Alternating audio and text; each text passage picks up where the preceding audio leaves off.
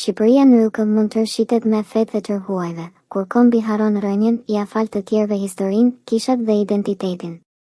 Bektashizmi nuk ka lindur në Shqipëri, por në hapësirën anatoliano-orientale të urdhrit të Haxhi Bektash Velis, ndërsa prania e tij në trojet shqiptare u forcua gjatë shekujve të sundimit osman. Ndërkohë, vetë Bibla, të letra e romakëve, e vendos Ilirikun në horizontin e predikimit apostolik dhe datimi i letrës rreth viteve 56-58 e bën të qartë se krishterimi hyn shumë herët në këtë hapësirë. Gëzuar Sultan Nevruzin, thon zyrtarët, dhe gjithçka kalon si një urim ceremonial. Por për shumë shqiptar, kjo nuk është thjesht një datë në kalendar. Është një kamban alarmi për një pyetje shumë më të thellë, deri kur do të vazhdojë Shqipëria të trajtojë identitetin e vet si mall që mund të lyhet sipas fesë së radhës, sektit të radhës, ndikimit të radhës? Sepse problemi nuk është vetëm një festë fetare. Problemi është që ky vend, i coptuar, i grabitur dhe i sulmuar në histori, vazhdon ende të sillet sikur boshti i vet identitar të ishte i negociueshëm. Dhe kur identiteti bëhet i negociueshëm, ai nuk mbrohet më, ai dorëzohet. Kjo është arsyeja pse debati nuk shuhet.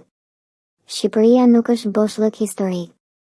Iliriku përmendet vetë në Bibël, te letra e Shëmpalit drejtuar romakëve, e datuar zakonisht rreth viteve 56-58, ku thuhet se Ungjilli është shpallur deri në Ilirik. Kjo do të thotë se krishterimi nuk hyn si stoli e vonshme në këtë hapësirë, por si një nga shtresat më të hershme të kujtesës shpirtërore të saj. Ndërsa bektashizmi, si urdhër sufi, ka origjinë jashtë trungut shqiptar dhe ushtri në Shqipëri në kohën osmane. Këto janë fakte. Dhe mbi këto fakte ngrihet pyetja e rëndë, pse një kombë që ka rënje të lashta vazhdon të krenohet me fetë dhe sunduesve më shumë se me boshtin e vet historik? Le ta themi troç, bektashizmi nuk është fe shqiptare në origjinë. Enciklopedia Britanica e lidh urdhrin Bektashi me Haxhi Bektash Velin, figurë e shekullit 13 e lidhur me Anadolin dhe me tradita që e çojnë prejardhjen në Khorasan.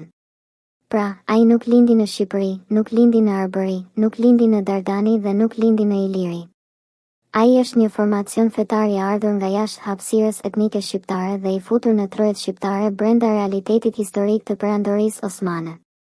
Kjo nuk do të thotë se bektashin nuk janë pjesë e realitetit shqiptar të sotëm. Janë.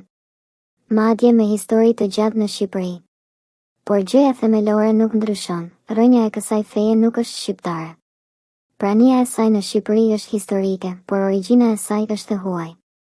Dhe pikërisht këtu nis përplasja identitare. Një gjë është të pranosh se Shqipëria ka pluralizëm fetar, tjetër gjë është ta paraqesësh çdo fe të ardhur si shtyllë të identitetit kombëtar shqiptar.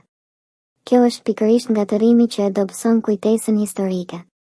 Ndërkohë, kur flitet për rënjen e hershme të krishterimit në këto troje, nuk kemi nevojë për hamendësime. Vetë letra e romakëve, e shkruar sipas Britanica rreth vitit 57 pas Krishtit dhe sipas Katholicë Enciklopedia rreth viteve 57-58, e vendos Ilirikun qartë në fushën e predikimit të Palit. Teksti biblik thot, nga Jerusalemi e rreth e qark deri në Ilirik kam shpallur plotësisht ungjillin e Krishtit. Ky nuk është opinion. Ky është tekst i shkruar. Kjo është dëshmi e drejtë për drejtë se Iliriku hyn shumë herët në hartën e krishterimit apostolik. Kjo e bën edhe më të fortë revoltën e atyre që thonë se identiteti shqiptar nuk mund të vazhdojë të zëvendësohet me fetë dhe pushtuesve. Sepse problemi nuk është vetëm te bektashizmi. Problemi është më i gjerë, shekuj me radhë, shqiptarëve u erdhën mbi kokë perandori, administrata, konvertime, hierarki fetare dhe ndikime të huaja. Sot, në vend që të rindërtohet një vetdije kombëtare e kthjellët, shpesh bëhet e kundërta, relativizohet boshti shqiptar, zbehet rënja arbërore, dardane e ilire, dhe çdo import historik paketohen si pasuri pa bërë më parë dallimin mes asaj që është shqiptare dhe asaj që është sjellë nga sundimi. Ky është thelbi i zemërimit publik. Po aq e vërtet është se fqinjet kanë ditur të përvetsojnë, të markojnë dhe të mbrojnë me fanatizëm simbolet e tyre fetare e historike, edhe kur ato lidhen me figura dhe hapësira që prekin botën iliro-shqiptare. Ndërsa shqiptarët në shumë raste janë sjellë si popull që fal, lëshon, haron dhe pastaj habitet pse nuk respektohet. Respekti nuk fitohet vetëm me tolerancë. Respekti fitohet kur e njeh veten, kur e mbron veten dhe kur nuk e vën në ankant kujtesën tënde.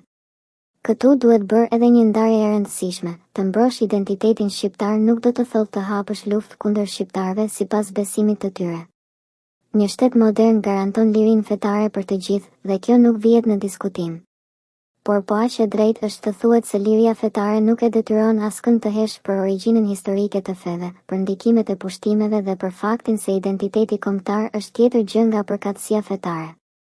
Pikërisht aty duhet të qëndrojë kthjellësia, feja le të jetë zgjedhje personale, identiteti shqiptar nuk është mall importi. Shqiptarët kanë një formulë të njohur, feja e shqiptarit është shqiptaria.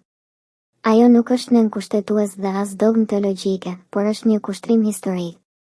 Është reagimi një kombi që e ka kuptuar se sa herë dobësohet boshti kombëtar, ndikimet e huaja futen më thellë dhe e coptojnë edhe më shumë kujtesën.